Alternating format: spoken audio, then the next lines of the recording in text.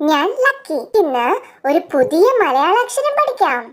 കൂട്ടുകാരെ റെഡിയാണോ? റെഡിയാണല്ലേ. നമ്മൾ ഇന്ന് പഠിക്കാൻ പോകുന്ന അക്ഷരമാണ് ദ. ദ. ഇതാണ് ദ എന്ന അക്ഷരം. ദ. ദ. പറഞ്ഞേ.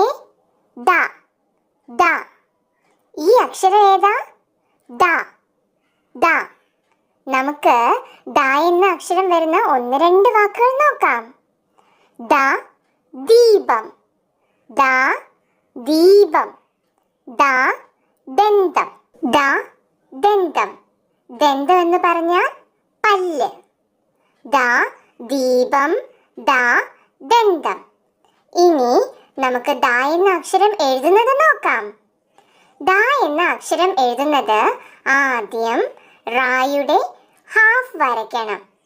എന്നിട്ട് റായുടെ പകുതി വരച്ച് നിർത്തിയോടത്ത് നിന്ന് നമ്മൾ പഠിച്ച നമ്പർ 3 ഇല്ലേ, 3 പോലെ എഴുതണം. ദ. എങ്ങനെയാ? റാ പോലെ വരച്ച് 3 പോലെ എഴുതണം. ദ.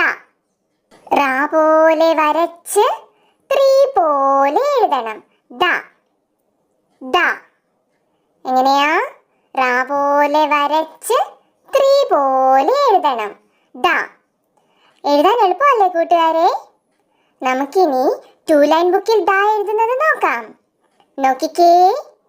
താഴത്തെ ലൈനിൽ നിന്ന് റാ പോലെ വരച്ച് മുകളിലത്തെ ലൈനിൽ മുട്ടിച്ച് 3 പോലെ എഴുതണം. ദ. താഴത്തെ ലൈനിൽ നിന്ന് റാ പോലെ വരച്ച് മുകളിലത്തെ ലൈനിൽ നിന്ന് 3 പോലെ എഴുതി താഴത്തെ ലൈനിൽ മുട്ടിക്കണം. ദ. എങ്ങനെയാ?